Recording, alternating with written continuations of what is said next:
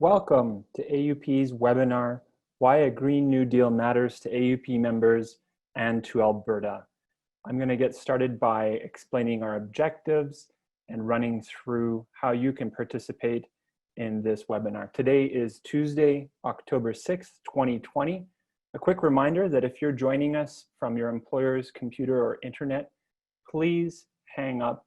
AUPE is making a recording of this webinar available starting next week, along with a discussion forum where you can participate in a conversation with your fellow members and have questions answered by AUPE staff.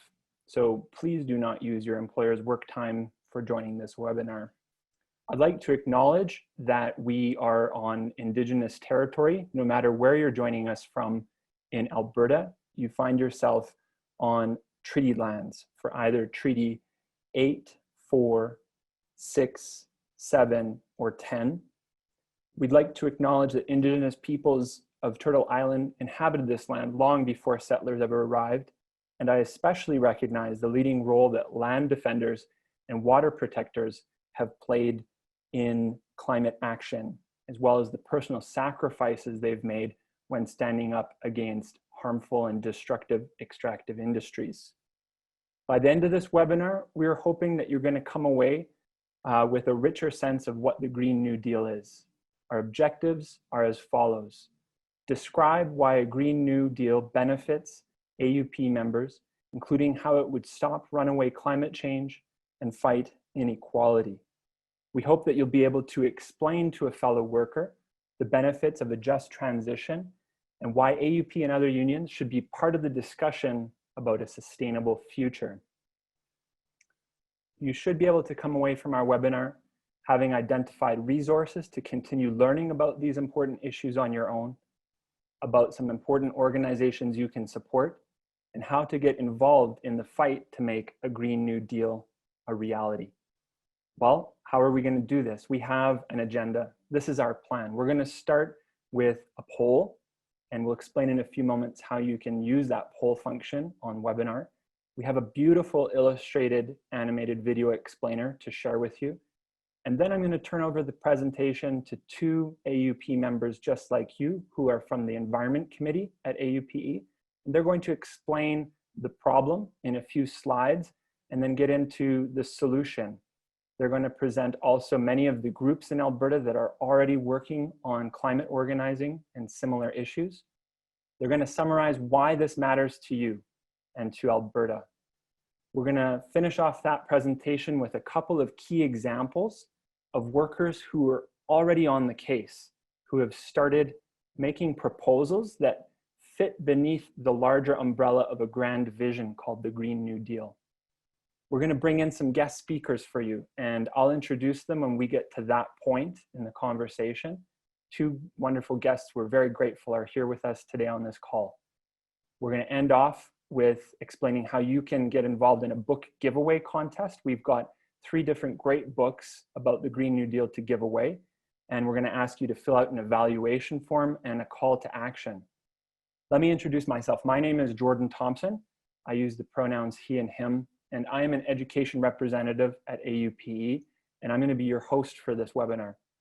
Let me now invite our 2 AUPE committee members to introduce themselves, James and Caitlin. Over to you, James. Hi, my name's James. I am the chair of the Environmental Committee.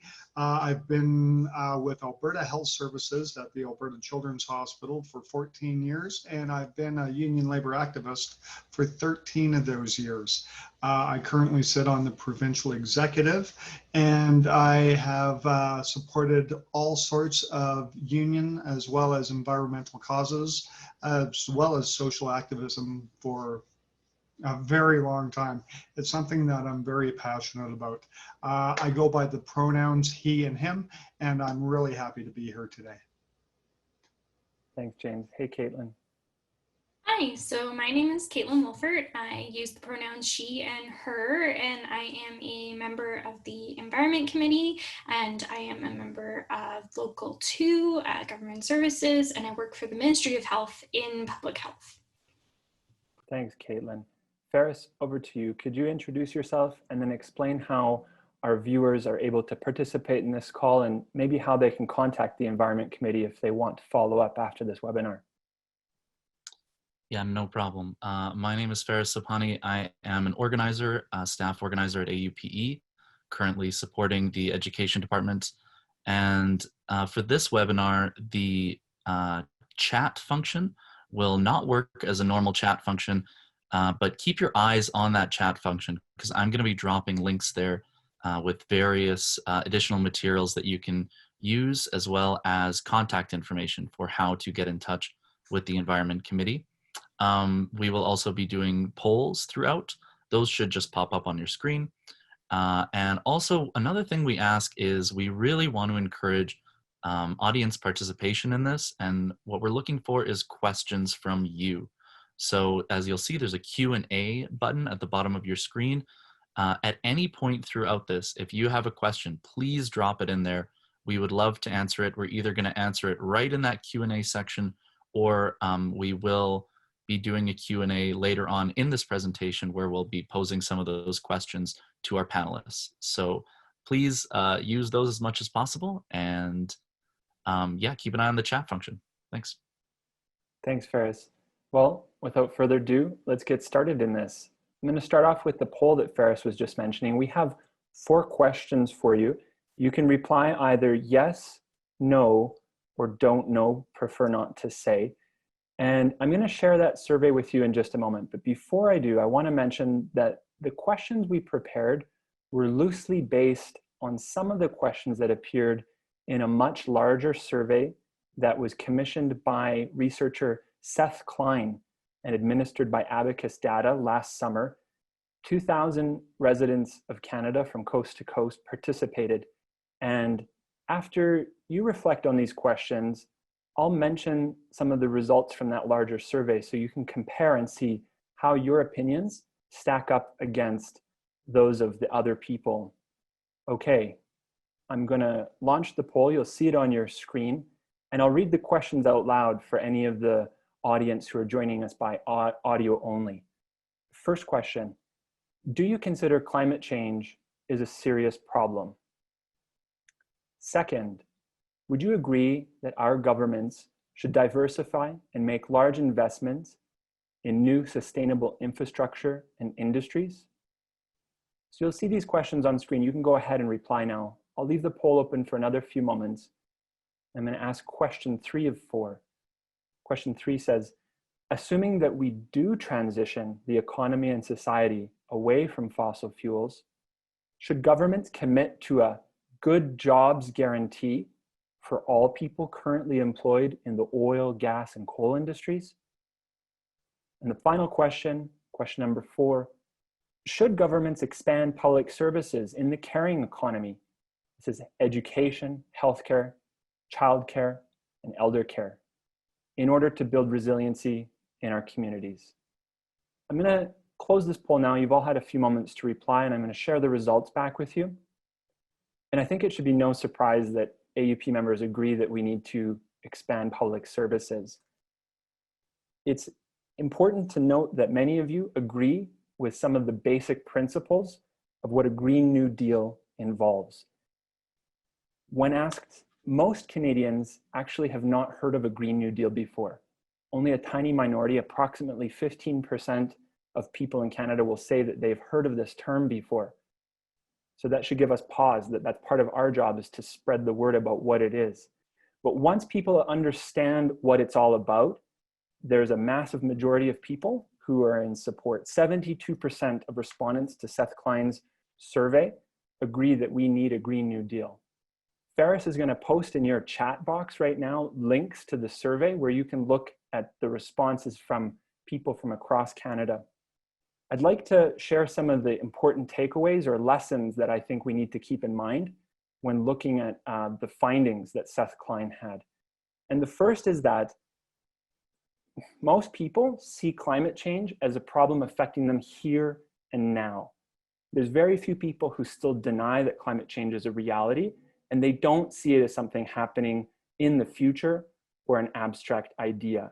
We recognize the extreme weather, the hurricanes, the floods, the massive fires that are growing in intensity and frequency.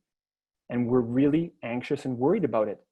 We believe that this is going to be a major crisis for our children and for our grandchildren. So people have experienced the negative effects. Most people agree that we should make a massive transition involving investments in sustainable infrastructure, and that includes renewable energy, affordable housing, restoration of forests and natural habitats. Those investments are a key part of what we call a transition towards the sustainable industries that don't harm the environment in the way that fossil fuels do. Most people in Canada are more supportive of a transition like this when it's also tied to dealing with problems of social inequality. We want the government to commit to a good jobs guarantee for all people. I think most importantly, the research shows that people are ready for a major shift. And the real problem is that our political parties, the governments, and the corporations and all of their policies have not yet caught up with the public opinion about these issues. Well, it's time for me now to screen the video explainer. Just before I put on this illustrated video, I want to point something out to you that's really important. Many people are going to criticize or even attack and be hostile towards AUPE or towards you for talking about issues like this. And I don't think we should be surprised by that. The reality is that many workers who are otherwise well-meaning might have their jobs tied to the industries that we need to transition away from and are more likely to be in denial about the scope of the problem and the speed with which we must address it. And so those are the people that we need to have conversations with. There will be no silver bullet. Change never comes easily, but we must begin talking about these things. Well, you know, at least the Green New Deal is a plan, and that's light years ahead of where governments like the United Conservative Party government of Alberta is at currently. And you should fully expect that they're going to attack us or people like you for talking about these things. They say that foreign people are funding this, that it's the radical green left. They talk about this being anti-Albertan. And if wanting to have a sustainable future for our children is anti-Albertan, then I think that government is out to lunch, and we should really expect more of them than giving tax breaks to their rich friends in order to defund the public services that we rely on so desperately, especially during a pandemic. Well, that's enough of a rant from me. I'm gonna now put on that video explainer, I promise. This comes courtesy of the LEAP. Ferris is gonna post some links to the good work that the LEAP is doing. And let me just see if I can bring up the video. You can minimize the box that you see the speakers in. This animated video is made by Meta for Films, and we hope you enjoy it. Oh, I need to rewind it. You can adjust your volume and minimize me so you don't see this box. Enjoy the film. What if taking on climate change could create a better economy and millions of jobs? The Green New Deal is a plan to slash inequality and rebuild our communities while tackling the biggest threat of our time. In the US, momentum is building around a push for a zero-emission economy in just 10 years. How could it happen? By transforming everyday life in our communities, cities, and countries. Picture it. Publicly owned energy and sustainable family farms in every city, fast and free public transit, and affordable energy-efficient housing for all. A Green New Deal would create enough work to offer a good job to anyone who wants one. And at the heart of this new economy, a commitment to the good life, universal health and childcare, more leisure time, and support for the arts. Yeah, it would be expensive, like a war or a tax cut for the rich, but the bill would be a fraction of the cost of runaway climate change, and the benefits to our society would be huge. Are you ready for a climate plan that fights injustice and inequality and makes our communities more livable and safe? Then join the push for a Green New Deal. And let's get to work. I don't know about you, but I find that video really inspiring, and it's got a hopeful message in it that encourages me, because the more I've learned about the science of climate change, the more depressed I feel some days. So when I see that there's good people doing good work, making a plan, I feel a little bit emboldened. I gain hope. Well, there was a lot in that video to unpack, and we're going to spend the next few minutes talking about the problem and the solution. So let me turn it over to James and Caitlin, who have prepared a presentation for you.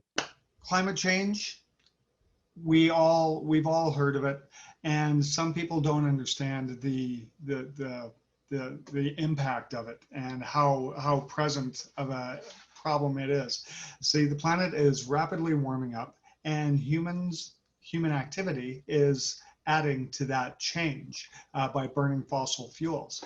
A lot of people have said that climate change, or the Earth warms and cools on a cyclical basis.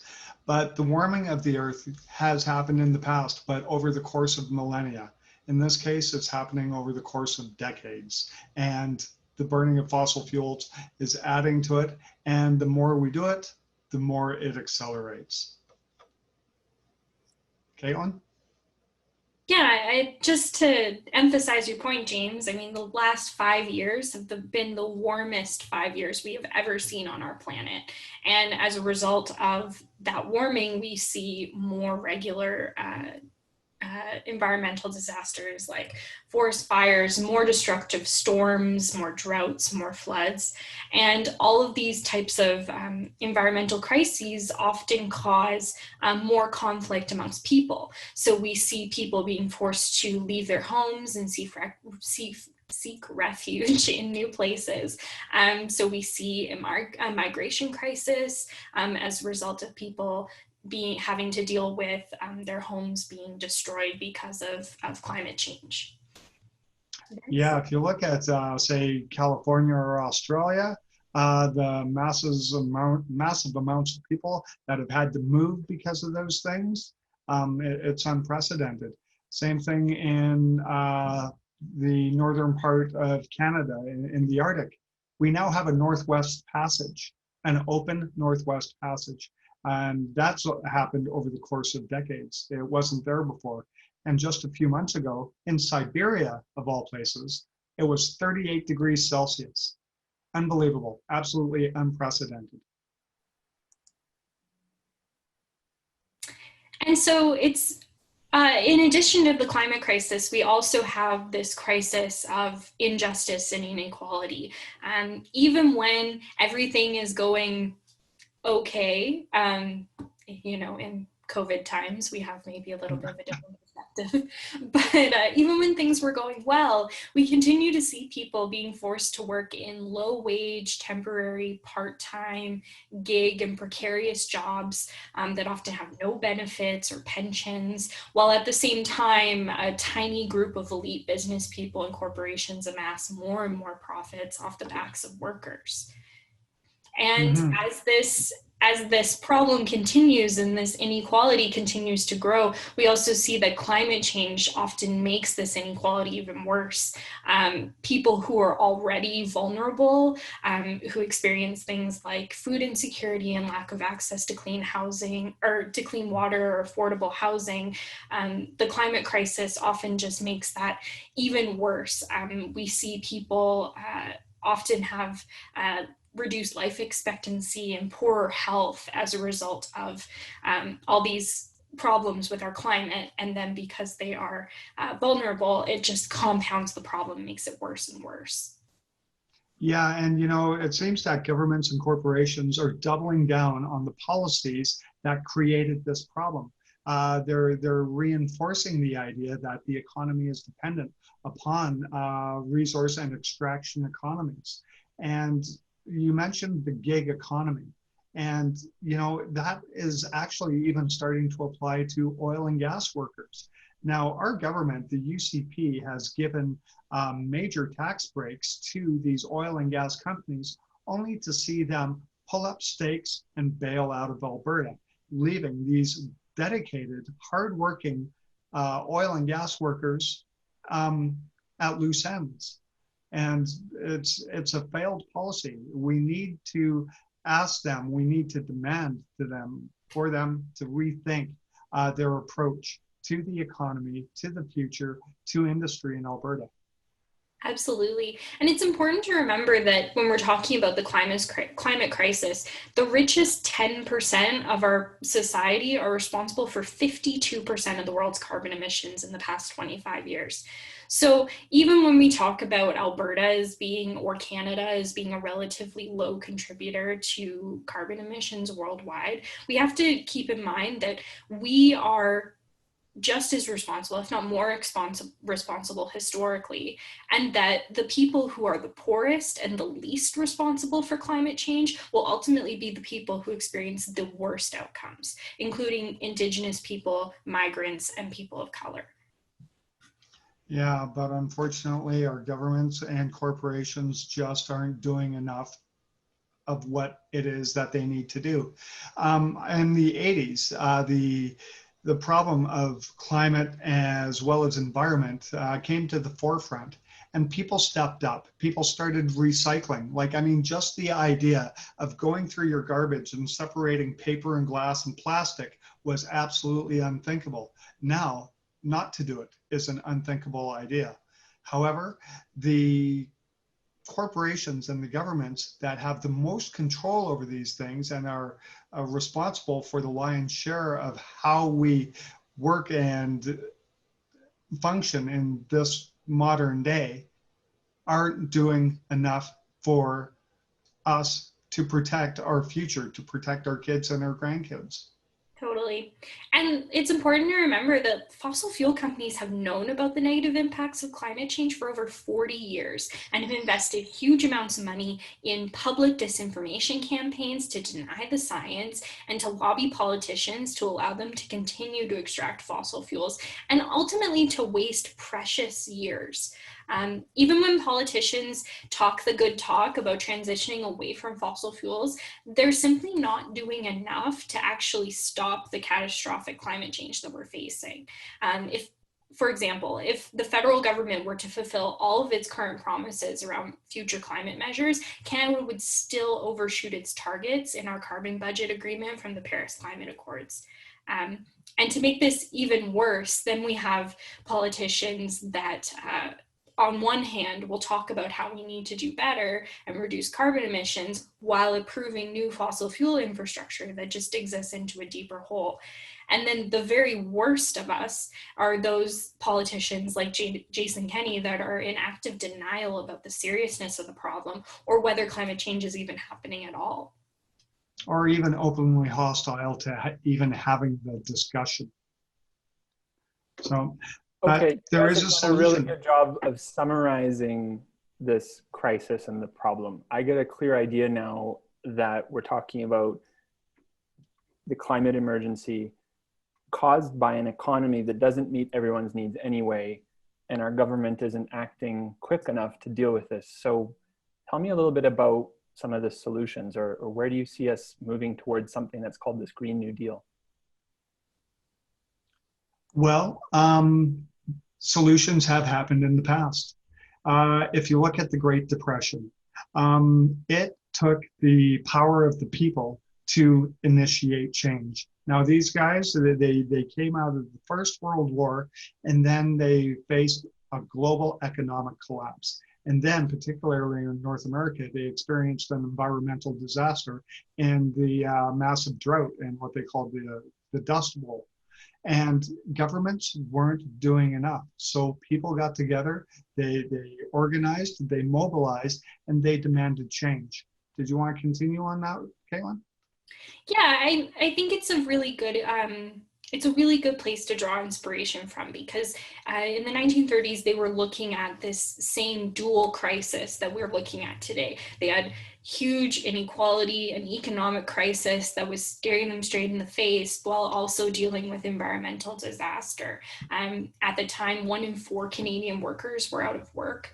But you're right, that as a result of this, it really empowered workers to fight back and to demand better from their governments. And I think that's a really good lesson for us to learn as well. So along comes FDR, Franklin Delano Roosevelt, and he introduced an idea called the New Deal. And the New Deal was about infrastructure programs and reform for financial, as well as policies to be able to get people back to work. And that was infrastructure projects, that was public works projects, and that was a massive investment from the government to actually reinvigorate the economy. Absolutely. And the New Deal was only possible because of the demands of workers.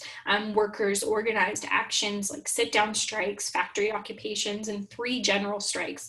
And all of this was really a push from the workers to say that they needed the government to do more to address this problem of this economic crisis and this environmental crisis. But it's important to remember that the New Deal itself wasn't perfect, right? It was people aren't perfect, and the New Deal wasn't perfect either. It overwhelmingly favored, white men, and it left out women, and it left out migrant Mexican workers and African Americans from a lot of the jobs programs and other types of opportunities that were provided in the New Deal. And that's a massive segment of the economy that could have contributed to the reforming and the reinvigoration of the economy as well. But a lot of the inspiration for this New Deal and workers uniting actually came from the Soviet Union, actually came from Russia, which is surprising. But yeah, it was seizing the means of production. They took ownership. They realized their own agency, and they understood that without them, there was no progress. And so they demanded that the government did things to enact that progress. And it worked for the most part. Totally. And being inspired by the lessons of the New Deal, the Green New Deal is a similarly ambitious plan, but it also intends not to leave anyone behind. So when the New Deal left certain workers behind, the Green New Deal says, no, we can do better. And the idea for the Green New Deal has been floating around since about 2007. But today, when we talk about the Green New Deal, we're really mostly talking about a plan that was kind of put forward through House Resolution 109, which was introduced in 2019 by Congressperson Alexandria Ocasio-Cortez and Senator Ed Markey. And really, the Green New Deal is a framework. It's a set of goals to guide government. And so the House Resolution is really just an outlining of what those goals are. Right, and there was a version of the Green New Deal released in Canada called the LEAP Manifesto. And yeah, just basically geared towards those things, but focused on, a just transition, not pitting one industry or one lifestyle or one industry against another. Basically, it was transitioning industry to a brighter, more prosperous future. So it's not vilifying oil and gas per se, but it does talk about taking the resources and the manpower and the strength and the intelligence of those industries and putting them in a new direction. And that would include, building things like infrastructure, affordable housing, and also including Indigenous people, and for the benefit of the ecosystems.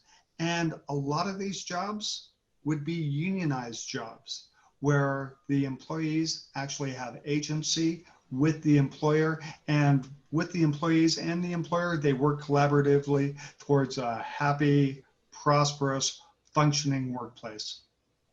Absolutely. And I think it's really important to remember that part of a Green New Deal is that it's also focusing on kind of reinvigorating our democracy. So encouraging more participation by the citizenry, by workers, to ask for what they want and how they want the economy to work to most benefit them. And this could look like a bunch of different things. This could look like creating a organization to restore and protect threatened ecosystems and do cleanup. And I think about the abandoned orphan wells in Alberta and how we could, take a whole bunch of people and give them jobs just cleaning up those sites. This would also include an expansion of what we call like low carbon jobs. So a lot of those are in the caring economy. So things like healthcare and seniors care and childcare, and making sure that those services are well funded and accessible to everyone. And then also, this kind of greenifying of a bunch of different systems in our society. So things like zero emission transportation and affordable and accessible public transit and high-speed rail. Everyday common goods such as zero emissions transportations and public transportation. Absolutely. And I think it's important to remember too that part of the Green New Deal is also really pushing for kind of a larger reform of our democracy and our participation in our government as citizens. The only way that we're able to achieve these types of ambitious goals are through public pressure and making sure that every person has the opportunity to have their voice heard by the people in power. Mm-hmm. So that being said, we've already started as Albertans to go towards those goals. There's been grassroots organizations that have been around for quite some time. There's the Calgary Climate Hub. There's Edmonton Youth for Climate, Climate Strike Canada, Climate Justice Edmonton. There's Fridays for Future Calgary. There's groups like Greenpeace. But a lot of these groups, they're grassroots groups. They're people like you and I, and people who are currently watching this webinar, who are actually concerned about what's going to happen and what we're actually doing to our environment. So they're having conversations with their neighbors. They're starting these groups and they're starting to discuss action plans and how things can change for the better.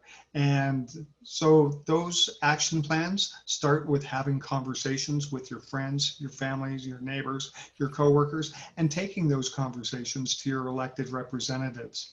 We also have another group called Public Interest Alberta. This is a group out of the U of A, and they do a lot of research, and a lot of their research papers are published on the internet on their website about the effects of climate change and also some of the solutions to climate change. Absolutely. And as Jordan mentioned kind of right off the top, it's really important to remember that the people organizing in these groups are regular Albertans who care about the future of this province just as much as anyone else. Oftentimes they're led by young people or Indigenous people, and Jason Kenney will tell you that these activists and organizers and volunteers are anti-Alberta extremists, but really this is just a way to delay serious action on climate change, to discredit the really great work that's being done by these activists, and to distract the public from the things that the government is actually doing that really hurt workers and hurt unions. So things like Bill 1, Bill 32, and just the general kind of defunding and privatizing of our public services that we all depend on. Yeah, you know, just right off the top of my head, I'm thinking about the selling of the parks in Alberta right now, and just for, you know, mineral resource extraction. That's a shame. And, you know, it's the most dedicated, the proudest, the people who have lived in Alberta the longest that object to this the most strenuously. You know, just cut in there real quickly. Ferris, you can probably drop in a link into the chat to defendabparks.ca, defendabparks.ca, where you can read about that problem that James is talking about. And then I'll just say, like, the impetus from doing this webinar is because me as a member of the Environment Committee and James and our other colleagues on the committee, we want all of you AUPE members to get involved in the fight for a Green New Deal. And because we do think it really matters that AUPE gets involved. To begin with, AUPE members are impacted by climate change. We already see these impacts every day. I know tons of members who have been directly impacted by floods and fires, drought, all these different big problems. But then also, because AUPE members are in the public service, we often work directly with the most vulnerable of Albertans. And when climate change gets worse, their lives get worse. And when their lives get worse, our jobs get harder. I work in public health, and I think about the fact that the Canadian Public Health Association said that climate change is the greatest health threat of the 21st century. And I think about healthcare workers who are working tirelessly to protect our seniors in facilities who are living under warmer temperatures, poor air quality. I think about children who experience more lung problems because of poor air quality. And then also just our social workers and our first responders who are responsible for responding to environmental disasters. Yeah, a lot of those people are AUPE members. The firefighters that go out work in the forest and fight the forest fires, the parks workers that make sure that the forests are protected. Those are AUPE members. The people displaced by the natural disasters within Alberta are taken care of by other AUPE members in social work aspects. And then there was another segment of the Alberta government called Alberta Innovates. And this group was set to be a world leader in researching new technologies and to create new industries. However, the UCP government all but shuttered that. And so our AUPE members were not only put out of work, but also a viable way of addressing these very serious concerns was shut down in favor of oil and gas. Totally. And I think too, it's important to remember that the Green New Deal is a really hopeful plan. And part of that is that by doing this transition away from fossil fuels and into a more environmentally friendly economy, we can create more jobs than ever existed in the oil and gas sector. Only about 5% of Albertans actually work directly in oil and gas, but studies have shown that if we made a transition to renewables or to, sorry, I lost track of my thought, if we made a transition, that we would be able to create 6 to 8 times more jobs. And these jobs would be good jobs, jobs that people actually want, and a lot of them could be unionized. And we're also talking about an expansion of the public sector, including the caring economy, which is, our low carbon jobs, like people who care for our elders or care for children. Absolutely, it does present us with a fantastic opportunity, and it would be a new way of working with the people of Alberta, for the people of Alberta. We all benefit from restoring and improving the environment and repairing the relationships that we have, especially with Indigenous communities, because they've been hit quite hard by this as well. So the thing is that the economy should meet people's needs rather than just meet the needs or the desires of just the very few that. And that's the way it seems to be, is that the way the economy is working, it's just the very few that benefit from that. And like the people who got the tax breaks, those were very wealthy companies to begin with.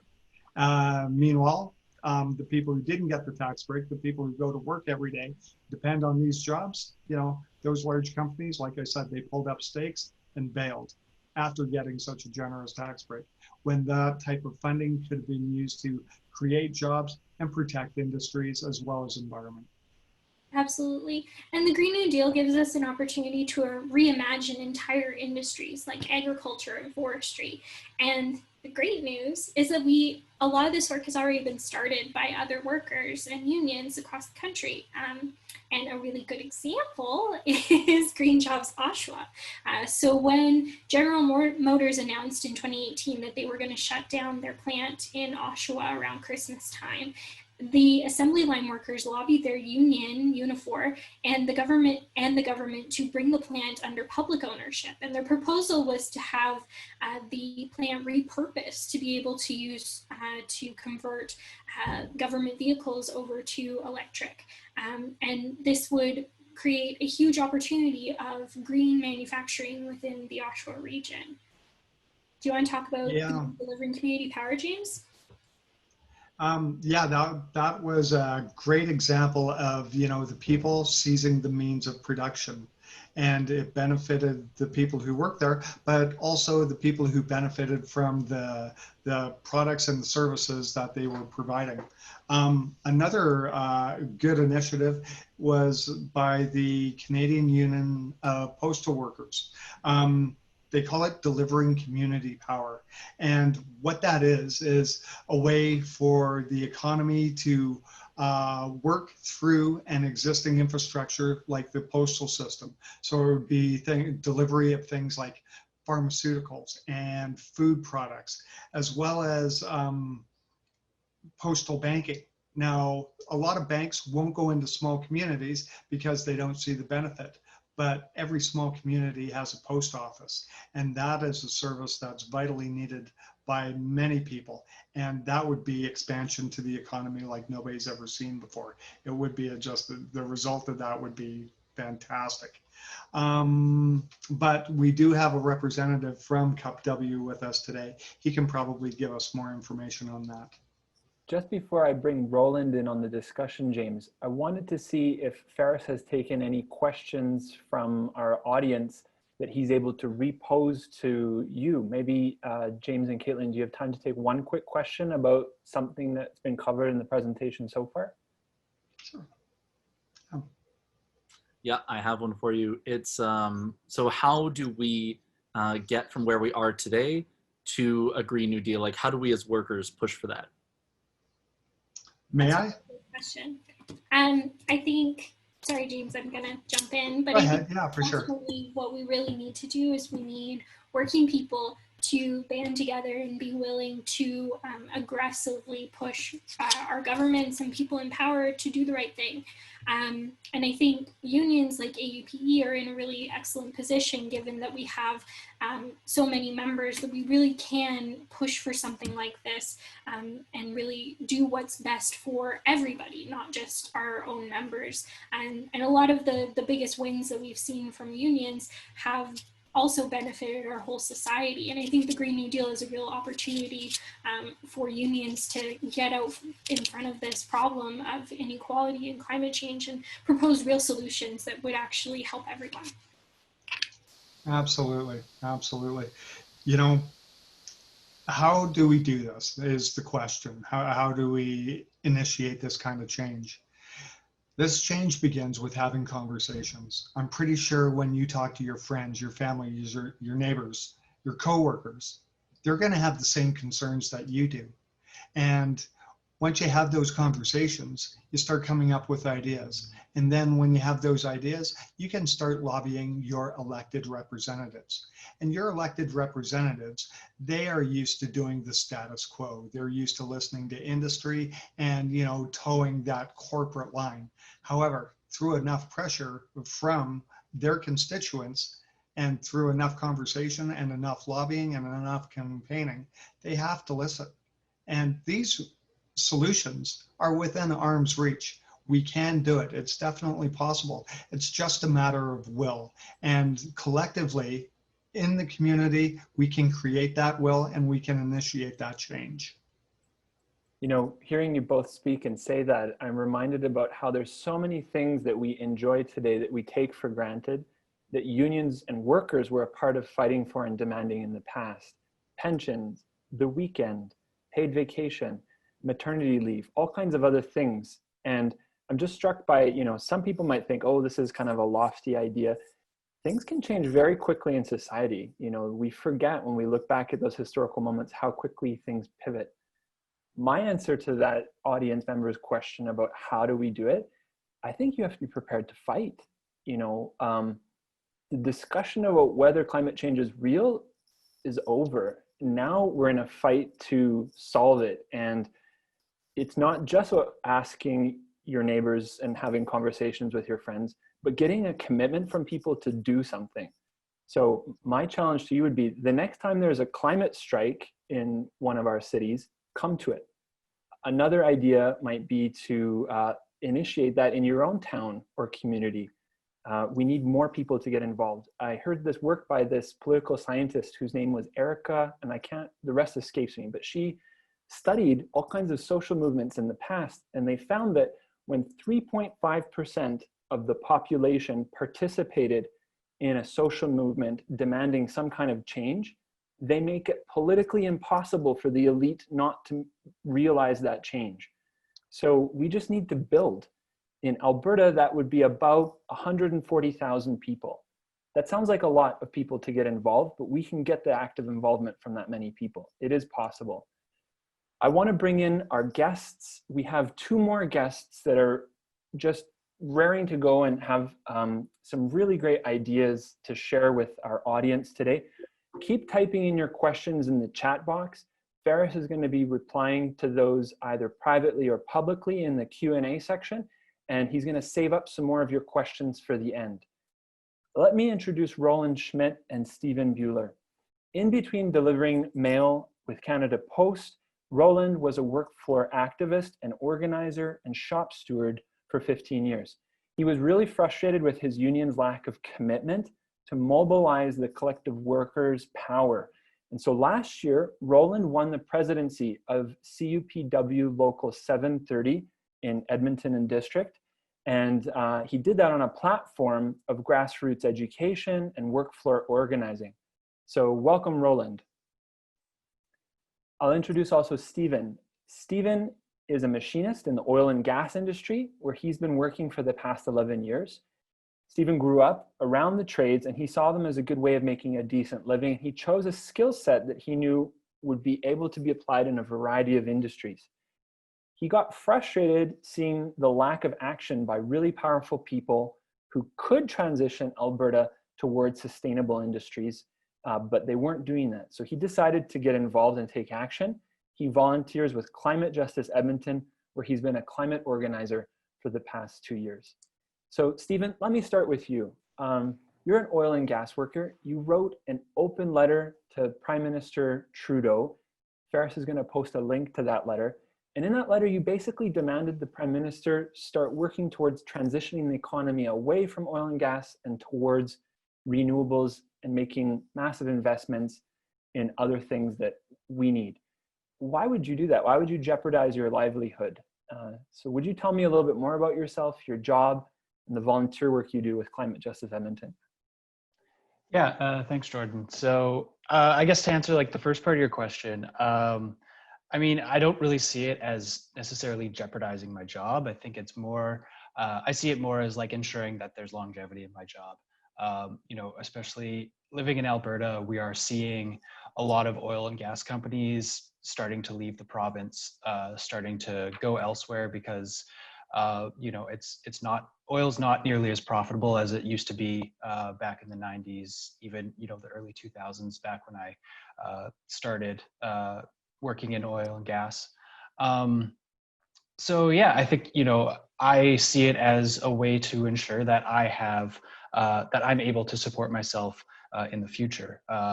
You know, oil and gas is definitely not going to be here forever. And, you know, what we do need is more investment in green technology. We need to create more sustainable jobs. And, you know, oil and gas is, you know, going the way of the dinosaurs. And I think we're moving into a higher demand world for green technologies. People are looking for wind energy and solar energy and geothermal energy and all these other methods of producing energy. And I think, you know, it's just like a way to ensure that, yeah, I can have a job for the future. So that's why I got involved with Climate Justice Edmonton to begin with as well. I wanted to ensure that I had a place in this future that was inevitably coming. I became a machinist knowing full well that I wanted skills that I could use across a myriad of economies, and definitely planning for a transition away from oil and gas. I wanted to ensure that I could manufacture things that are going to be useful. So that was machining for me. And then, didn't see a lot of action coming from people in power. So I got involved with Climate Justice Edmonton, who is a collective of people in Edmonton. They're everyday working people, students, honestly, like all of us here on this call today. A lot of us are working full-time jobs, going to school full-time, and then coming home and organizing and, trying to rally people in our community for different actions and different, to see the social change and to really shift the Overton window on climate change and climate action. Tell me a little bit more about Climate Justice Edmonton and some of that work. I noticed you're wearing a yellow shirt that says Our Time. Maybe you could tell us about that. Yeah, so the shirt actually I wore, I was part of the Our Time campaign, and we wore them for the climate march back in September. So this was a giant march in Edmonton where people came from, we had kind of three really big groups of people marching on the legislature. There was a group of people walking from City Hall. There was a group of people walking from McEwen, and also another huge group of people walking across the high-level bridge from U of A. And it really was like this powerful moment where in the middle of a federal election, we were mobilizing people and getting people, to really push for this idea of a Green New Deal, to push for this just transition, to ensure that we're upholding Indigenous rights and sovereignty, and making sure that we're creating millions of good jobs while we're doing it. And so we helped organize people to march to the legislature and show this government that there is a strong movement of people who aren't supported by oil and gas barons. They're not supported by people trying to make a quick buck and trying to turn a quick profit in this industry that is coming to a close. That we are people who want to see a better future for ourselves.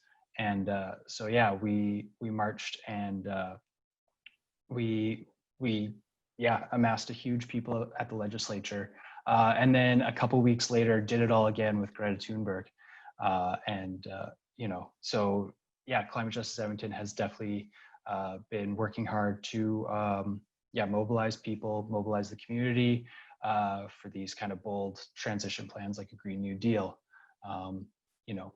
Running petitions, teaching, reaching out to as many groups as possible, including AUPE. That's kind of some of the broad strokes of what we do. I remember that climate march, or the climate strike, the rally at the legislature that Greta Thunberg attended. I don't think there's been that many protesters at the legislature since the protest against the Iraq war. It was really something else. It was stunning. And I have to acknowledge and really say it's awesome, the work that you're doing and all of your fellow organizers, because it's true, absolutely. You look back at the last federal election, and I don't think there was a single federal political party that didn't have some kind of climate action in their platform. And that was new. We didn't see that. Some of them even stole the words that you guys were using, like Green New Deal. I remember the NDP had in their platform a New Deal for Canadians or something. A New Deal for people, yeah. I mean, that was definitely a direct response to a lot of the organizing that we were doing all across Canada as part of this climate justice movement. Let me bring in Roland on this conversation. Roland, I want to turn it over to you. Tell us a little bit more about your volunteer work, your organizing as a labor unionist, and I want to hear more about this Delivering Community Power campaign that James mentioned a few minutes ago. Absolutely. Well, thanks for having me, Jordan, and a big thank you to everyone joining us tonight for this vital conversation. Thanks to AUPE for all the work in putting this on, and it's an honor to be sharing a panel with such a prominent activist like Stephen. So I think when you introduced me with the bio, you talked about how I was a just regular worker, volunteered as a shop steward, and I got into workflow organizing for probably the first 16 years of my career at Canada Post. And being frustrated with the organization, I've always had a strong belief in the ability of groups of people, whether that's communities or whether that's unions, and getting together to affect change. And I really saw that our union had a lot more potential to make change, and we weren't really embracing that. So I was used to being maybe a critical voice on the sidelines, but I thought that it's like, well, maybe before I tried to transition away from the post office, I would do my best to try and be a part of that change. And I ran on a campaign of aggressive grassroots education and workflow organizing, and the membership responded very powerfully to it. They were also frustrated, and maybe this is something that AUP members on the call could relate to. It's this idea that maybe a lot of members are kind of tuned out from the union. They might seem apathetic, they're not really involved.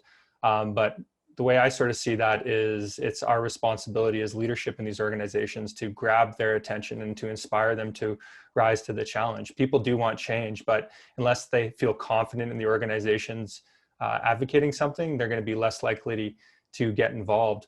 So an example of where our union, the Canadian Union of Postal Workers, has the potential to make impactful change is delivering community power. James touched on it a bit earlier, but it's this idea of you have the largest retail network in the country, which is the Canada Post Retail Network. So to put that into spec, what you have is Tim Hortons has 4,600 brick and mortar locations across Canada, whereas Canada Post has 6,300. So that gives you an idea of the scope by which Canada Post is in and around the community. So it's this idea of turning that whole network across the country into the first green energy grid in Canada, and establishing that sort of roadmap for transitioning the economy. So not only are you turning all of the, like retrofitting these buildings into having zero carbon footprint, but you're going to be changing up our whole delivery fleet into being green energy vehicles. And we would also be expanding our public services to things like postal banking. And this is important for a couple of different reasons. One, and it's in the name, delivering community power. So what we're trying to do is grow the public service. So people would have the option to go to a public bank as opposed to a private bank. So you're going to get more preferential interest rates and loan rates, but you're also going to be divesting your money from from the big banks, which have historically put a lot of money into technologies and industries that are detrimental to not only the environment, but workers generally. So you're playing an active role in growing Canada Post, creating more public service jobs, but you're also, it's a little bit of addition by subtraction of taking it to the big banks. And yeah, I'm really proud of our union's role in bringing forward this campaign. It's this idea that unions don't have to always be on the defensive, and that we could provide a vision for how to change Canada for the better, not only for our own members, but for all Canadians. And so we actually made this a part of our our collective bargaining demands in 2018. And the idea is that you really leverage the energy and the passion of the public and the willingness of the union to fight for these things. And the interesting challenge that we got into was some of you may know, we were legislated back to work by Trudeau in 2018, and our union hadn't developed the capacity yet to, say, confront that challenge. So the idea is moving forward, and the role that I'm really trying to play in Edmonton is trying to build up our members so that when it comes time to fight, that people have the confidence and they're ready to make that push. And it's the kind of battle where I really believe that it'll be able to rally Canadians to the cause and reinvigorate the labor movement. You know, hearing you speak, Roland, a few things just jump out at me. Tremendous work. It's amazing. First of all, the proposal itself is really bold and visionary. One thing I liked was this idea of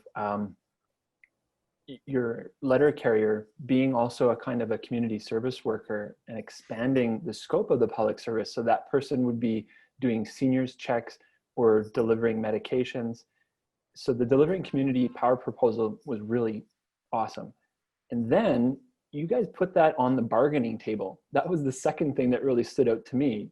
It's no longer just about incremental wage increases on the grid or holding the line on our pensions. All of a sudden, you guys went on the offensive and said, no, we want more. We want bread and roses. And that push for growing the public service and providing the community something that would benefit them, I think really set the proposal apart. I wanted to ask you, okay, so that campaign's kind of gone quiet. I just want to know where things are at now. Are there any lessons or takeaways that you want to share with us about this? Yeah, absolutely.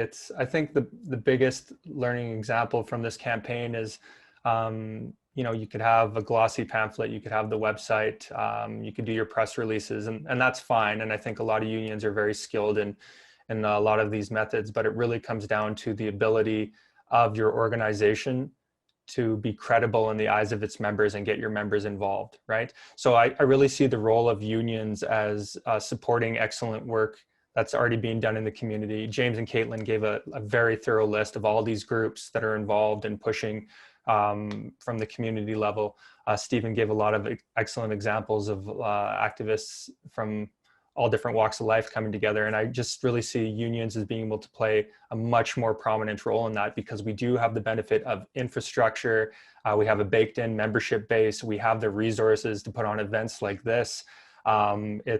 There's a tremendous amount of potential there, but where I very respectfully challenge the labor movement is you need to do more in actually engaging your members and making them involved in the process. It's not enough to just say have member service officers help people with grievances and then maybe ask people to send out tweets or share memes, right? Like unionism is all about meeting workers on the floor, directly engaging with them on their issues and inviting them into the struggle. Like it really does come down to mobilizing membership. And where my union, the Delivering Community Power, we did an excellent job of promoting these ideas in the community, but the community on its own isn't where the leverage is going to come from at the bargaining table. At the bargaining table, it really comes down to our ability as members to enforce our demands on a picket line. And I could almost say this as a warning from the future for AUPE members in their struggle against the Kenney government. It's like with Canada Post, we've been legislated back to work. Oh geez, I think it's been like at least 7 times in the past 30 or 40 years. Really, that kind of most notable legacy that the postal workers have, and actually one of the reasons I was inspired to join the post office, not so much to be a letter carrier, but to be a part of the Canadian Union of Postal Workers, is because back in the late 70s, this union faced down the Trudeau senior government. So there's a little bit of historical irony there, but it's this idea that the government legislated us back to work. We were willing to defy that legislation. Our national leadership was actually put in jail for treason for a few months before our picket lines held.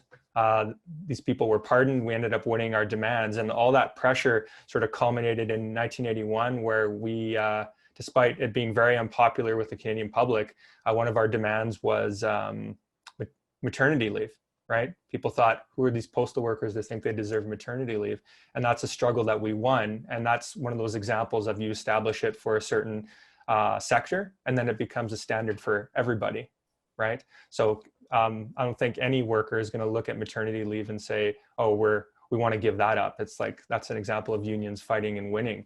And that was successful back then because of our organization's ability to rally members and despite government oppression, fight unjust laws. So I really see the task of postal workers now, especially if we're going to carry forward ideas like delivering community power and the Green New Deal. It's like developing that capacity, giving workers the skills, giving them the opportunities to learn how to organize a work floor, have those conversations with workers, how to confront the boss. You build up that confidence so that when the time comes, you're not just expecting people to flip a switch and engage in something that they've never engaged with before. It's like you have to be there with them, supporting them every step of the way, and building that confidence to those fights together, so that when you I'm hoping for our next round of bargaining in 2022, it's like delivering community power is going to be right back on the agenda. I'm hoping that we're in a position where we could take on the government if they legislate us back to work. That's a hill that we're willing to,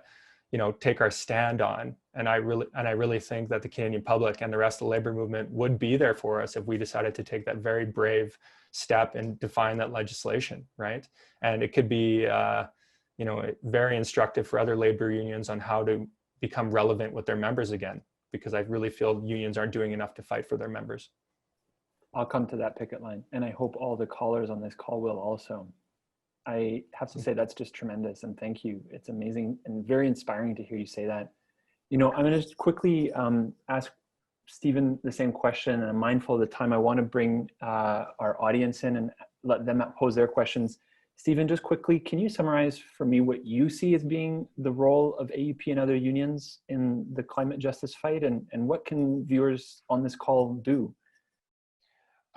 Yeah, definitely. So I think, as AUPE members, like Roland said, pushing for this kind of thing on the shop floor the same way, or on the convention floor the same way that CUPW did when it came to delivering community power. I think, and like talking about a Green New Deal and talking about these like bold progressive ideas with your coworkers, I think is something that is like incredibly powerful, because the best way that we can engage people on these issues is having those one-on-one conversations and really, getting down to what the concerns are with people's objections to it, if they do have any. I think a lot about my coworkers at work as well. And whenever I talk about a just transition or just kind of any sort of environmental issue, working in an oil and gas shop definitely, has some trials with bringing this up with people. But when you can frame it as a positive vision, like the Green New Deal, and you don't even have to use the words Green New Deal. You can just explain to people that, like, we need a plan for, to get to zero carbon emissions. We need a plan to support workers. We need a plan that ensures that we have adequate healthcare for everyone, that makes sure that, we're not relying on this extractive, exploitative economy anymore. Where instead we shift to something where we're all taking care of each other a little bit better, and we're all looking out for one another. Because right now there are interests and CEOs who are profiting off of the exploitation of all of us. And I think we all deep down understand that this is unjust and that this is wrong, and we need something better. And a Green New Deal is that idea. So, definitely talking with your coworkers about it is definitely how we're gonna get to, get to that critical mass where we build critical support, and get involved locally too. If there's a climate organization in your area, reach out. There's always work to be done. You've got skills that are useful to these people, to us. And, even if it's just your voice, if it's just a little bit of time, that's truly helpful, because in the push for a Green New Deal and the push for, these kinds of bold progressive actions, we're going to come up against a lot of people who are interested in the complete opposite. They're interested in keeping the status quo going, where they're making massive profits in the middle of a pandemic. So if we're going to win this, we're going to need to have everyone. And I think, the best thing about a Green New Deal is that, like, the organizing around it has really been at the community level, and making sure that, we're empowering local people to help guide where this is going. I think one thing that we really try and push when we're talking about a Green New Deal with Climate Justice Edmonton is that this is something that needs to be grassroots and community led. So, there's the 4 pillars of a Green New Deal, where, like, any Green New Deal needs to listen to the science, has to uphold Indigenous rights and sovereignty, has to create millions of good jobs, and enshrine justice and dignity for everyone. But that's really broad, and you can really put whatever you see into that. So, you know, if that's making sure that there's free public transit in your community, if that's making sure that there are good community-led or community-owned power generation, if that's making sure that there is, you know, publicly owned care facilities, if that's, you know, making sure that there is a doctor or enough doctors in your community, you know, that's all part of a Green New Deal. And that can all be put into the push for a Green New Deal. You know, it's a great way to build solidarity across so many different sectors of our communities. So this conversation's been really inspiring, and it makes me realize that so many AUPE members are in such a unique and powerful position to expand the caring economy and improve services through their power as workers by putting the demands on the bargaining table, by also bringing proposals to their union convention.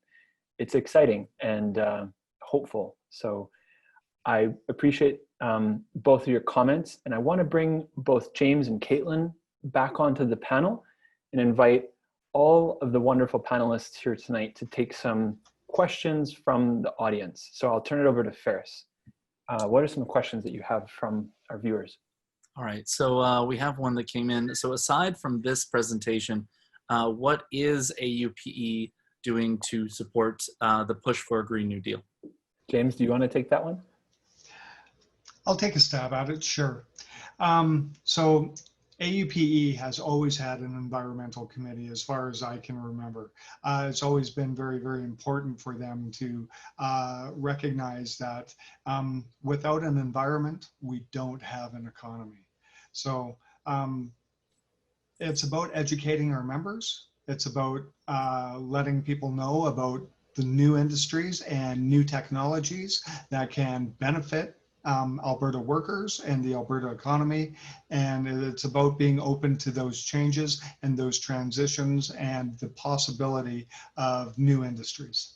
And maybe I'll open this up to Roland and Stephen as well by asking, what is it that unions and workers can be doing to support the push for a Green New Deal? What are some suggestions? Maybe I'll just jump in quickly. I just wanted to just talk about the fact that, you know, the Environment Committee, this has kind of been our specific push as part of our term. But if you're interested in learning more about the Green New Deal, if you are excited that we're talking about it and you want us to talk about it more, like, please reach out to the Environment Committee and let us know, give us your feedback, because that helps us as we continue to plan going into the future as to what sorts of things you would like to see or what types of actions you'd like us to take as far as pushing for a Green New Deal. I know as a committee, we've talked about introducing resolutions at convention. We've talked about getting a little bit more involved in some of the financial side stuff. So it's definitely, we're definitely open to hearing anything. And I think, you know, obviously we as union members are in a unique position to push for part of the Green New Deal, which is that expansion of public services and ensuring that we have strong and robust public services that are universal and available to everyone. And that, I think part of that is our work as workers and as union members, and our willingness to fight for those things and be willing to, you know, take direct action to make sure that those services are protected. Yeah, very well said. I'll try and maybe tie those two questions together. And I really see education and organizing as being like the two pillars that are going to lead to really establishing the labor movement and every union as like having a more prominent role in Canadian society again. So for AUPE to be more successful with promoting the Green New Deal and then building up that, like driving 90, like if you could have 90,000 members supporting an initiative like this and fighting for it at the bargaining table. And this is like a fight that could be I think, very valuably leveraged against the Kenney government. They're very vulnerable on climate. You know, they've been pushed quite a bit from being people that used to deny these sort of things that are happening. They've been reluctantly dragged into a position of acknowledging it. And I really think it's a position to help a struggling one-dimensional economy transition to something else. And for AUPE to play a more prominent role, it's continuing, like the Environment Committee is doing such an excellent job putting this event on. I hope they'll continue to work with their organizing department. I know the organizing department is offering an excellent course for AUPE members called Direct Action. And the reason that something like that is super important is because that's how you're going to get membership buy-in to what the union's doing, right? So if people are going to start trusting AUPE more for whatever campaign they're acknowledging and wanting to get involved, they're going to have to be inspired. And there's no better way to inspire people to get involved in an initiative than giving them that support in their jobs as they're fighting their management team or their boss, right? So when AUPE is offering these opportunities, please take them up on it. There's a wonderful community in place there that is willing to support people in growing into these activist roles. And the more people getting involved, the easier it is to draw more people into the struggle. And that's just such a vital way of expanding something like the Green New Deal. Yeah, and I think it's really important too to note that you know, not to be afraid to be bold, you know, in your demands for a just transition and for a Green New Deal. You know, thinking back to the Chicago teachers strike that we saw back in 2019, you know, teachers went on strike not just for a better wage and more job protection, but they also put things like addressing student homelessness on the bargaining table. They made sure that there was a nurse in every school and a counselor in every school as well. And like, these are things that, you know, even the mayor told them that like had no place at the bargaining table, but they were organized enough and they were bold enough and they were strong enough to say, no, like this is incredibly important to us as workers. This is needed for our community. This is needed for our jobs, for everyone around us. And I think, you know, that's a lesson I think that we can all take away from them, that, you know, don't be afraid to demand support for other people, because it builds so much more solidarity as well. You know, it's a win-win for everyone. You build that solidarity with the community and they will come out and support you as well. And I think, you know, that's something that is super powerful. Right. If I hear what you're saying, Stephen, maybe those strikers were successful because they had public support. Their demands were in the interest of the broader community as well. It's just amazing that they would stand up for something like affordable housing and help win that. You know, putting that on the bargaining table is just amazing. Yeah, it definitely goes both ways. Okay, Ferris, more questions. All right, we have one more question, and this one is, how do I talk to my coworkers about all of this? Like, I'm really supportive, but I'm not sure if my coworkers are, and I don't even know where to begin. So yeah, I want to hear from as many of you as possible on that one. I can jump in on that one. How to talk to your coworkers. Usually being a union member involves having difficult conversations. And sometimes those conversations involve more listening than it does talking. There was a seminar the other day, and they said you want to utilize the 70-30 rule. You want to listen 70% of the time and talk 30% of the time. So when you're talking with your coworkers about issues like the environment or initiatives to try to repair or look at new industries, find out what their concerns are, what their ideas are, what their solutions are, what their worries are. And invariably, you are going to have some common ground.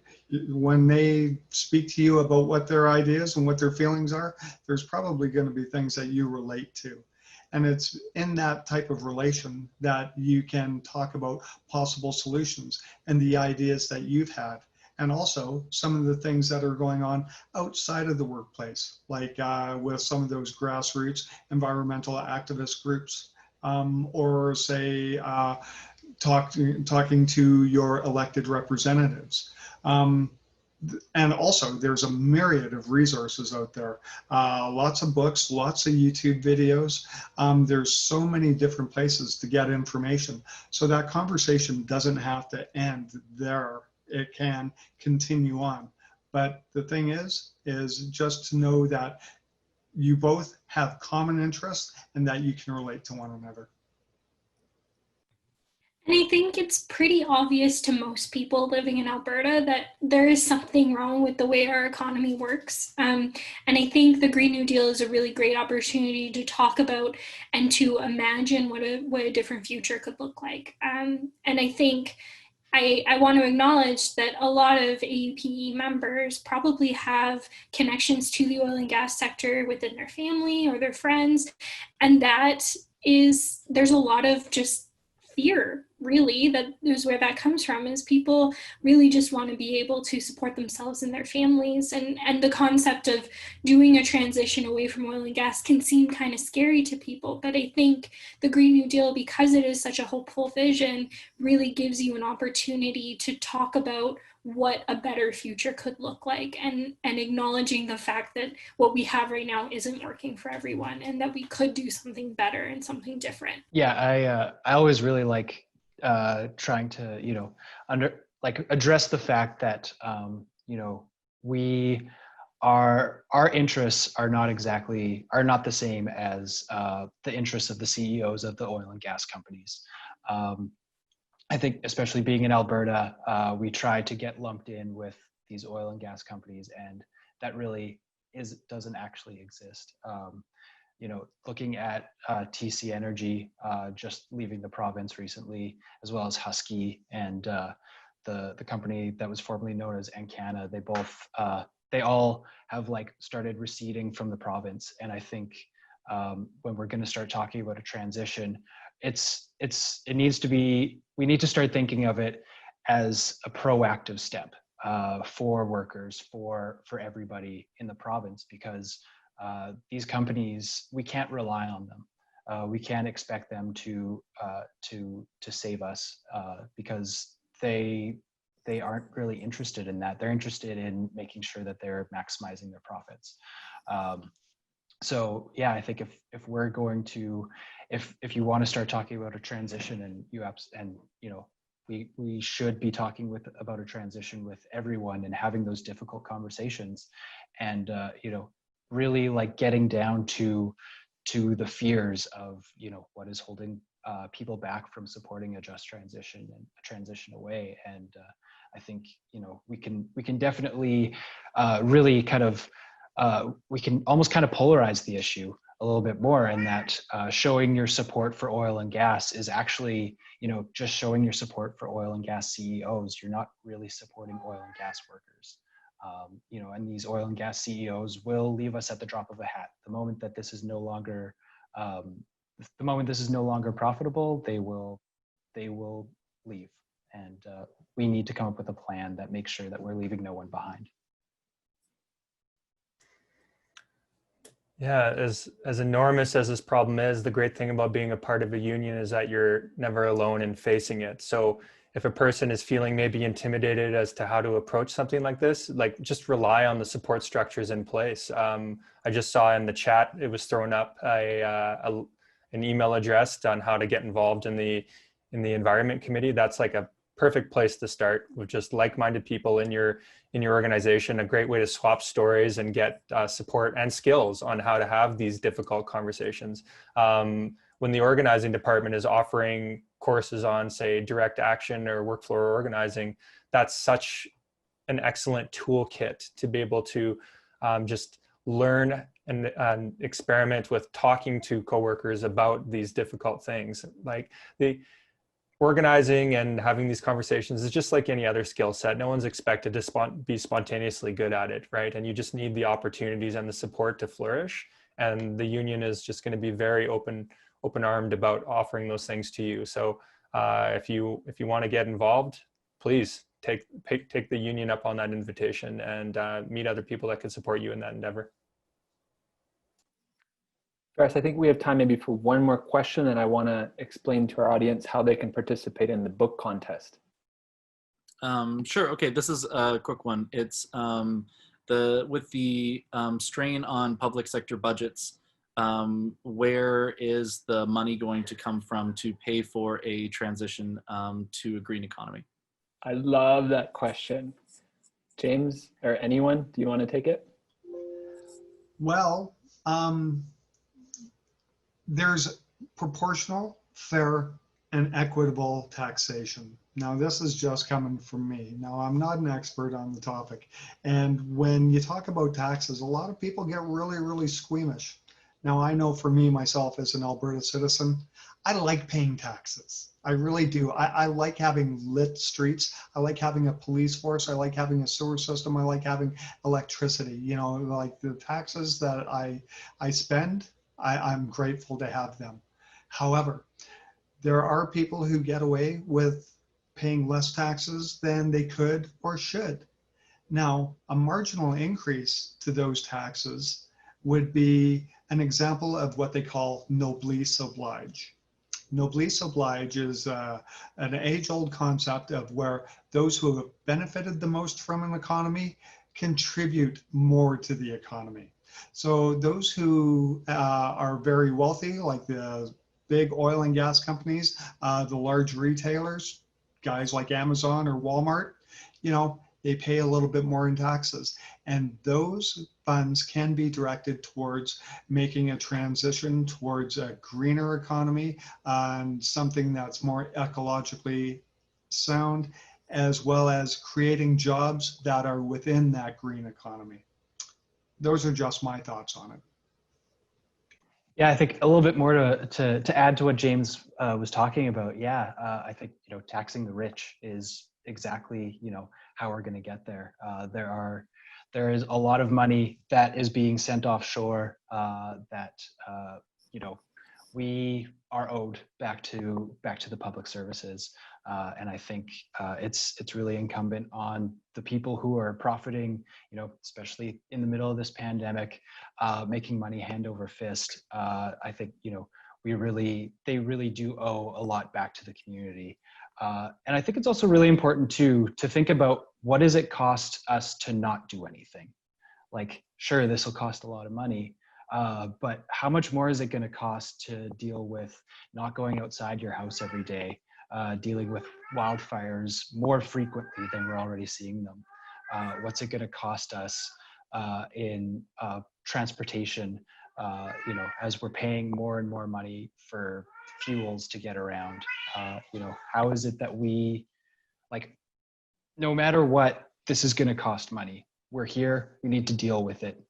So I think, you know, we can't really dwell too much on how much it's going to cost. We got to dwell on, and we got to start thinking, you know, more positively about what is it that we're going to do and what kind of world are we going to build. I'll chime in just with one other comment, is that the cat is kind of out of the bag. What we've seen with COVID-19 pandemic is how quickly money can be spent in the interest of the public, and how quickly the government is able to take action to mobilize in support of addressing a problem.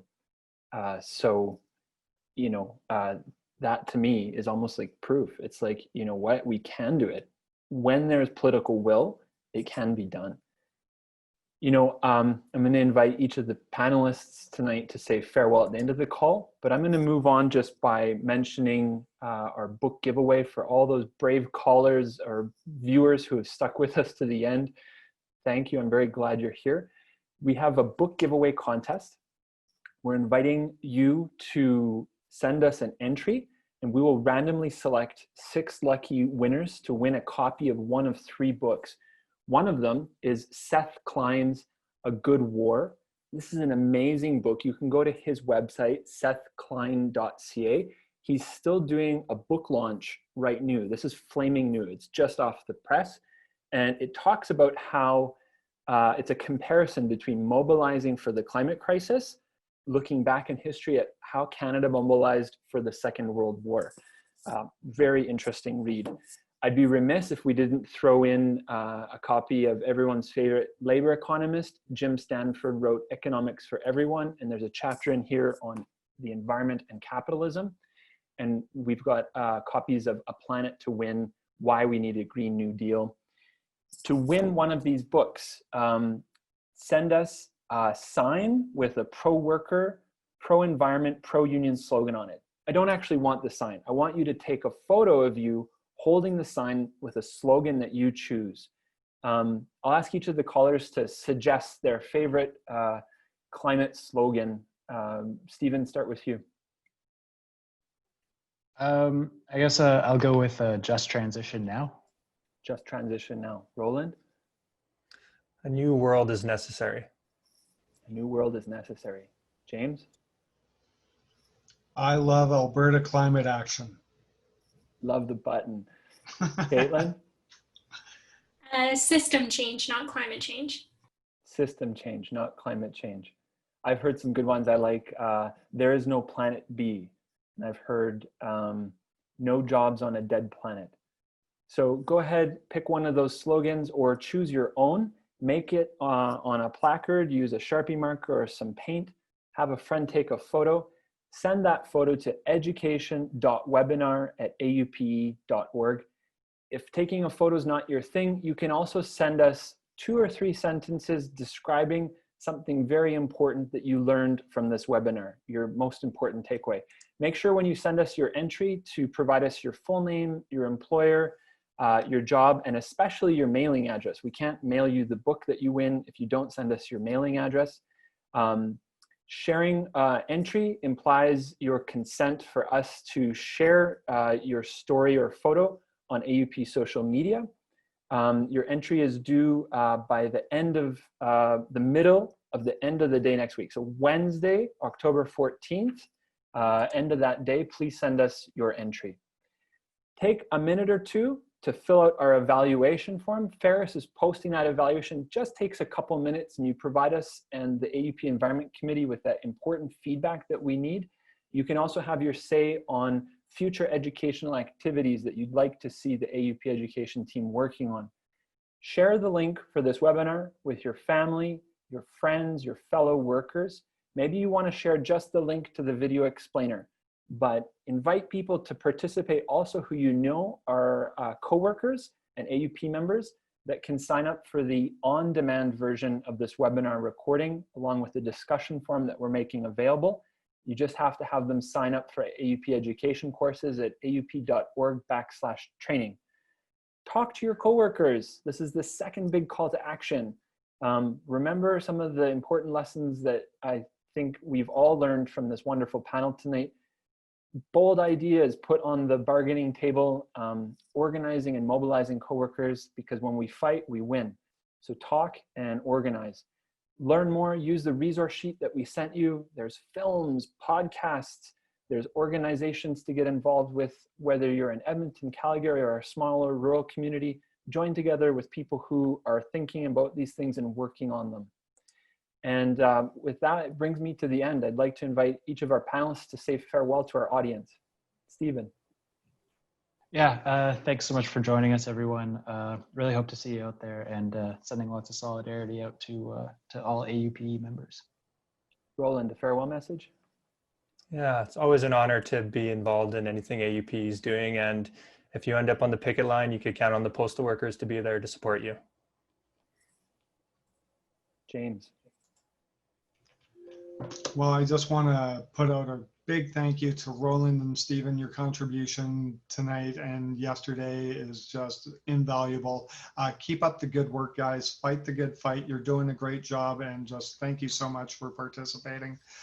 Jordan, for all your support and all your guidance throughout all of this. Couldn't have happened without you. And Ferris and Fareed, you guys have done a great job.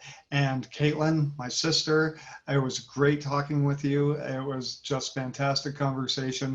I look forward to doing something like this again really, really soon. Thanks, everybody. It was a great experience. Caitlin. And I don't know how to follow that. So thanks, everybody. And I hope you all have a really good evening. By the way, if we didn't get to your question tonight, or you want to reach out to the AUPE Environment Committee, you can do that with the email address that we're posting in the chat box for you. From AUPE headquarters in Edmonton, Solidarity Place, I'm Jordan Thompson, thanking each of our panelists for their amazing contribution, and to you, our audience member, for attending. It was really great that you were here. I was glad you were able to attend, and I hope to see you at another AUPE educational activity in the near future. Stay safe out there, and farewell.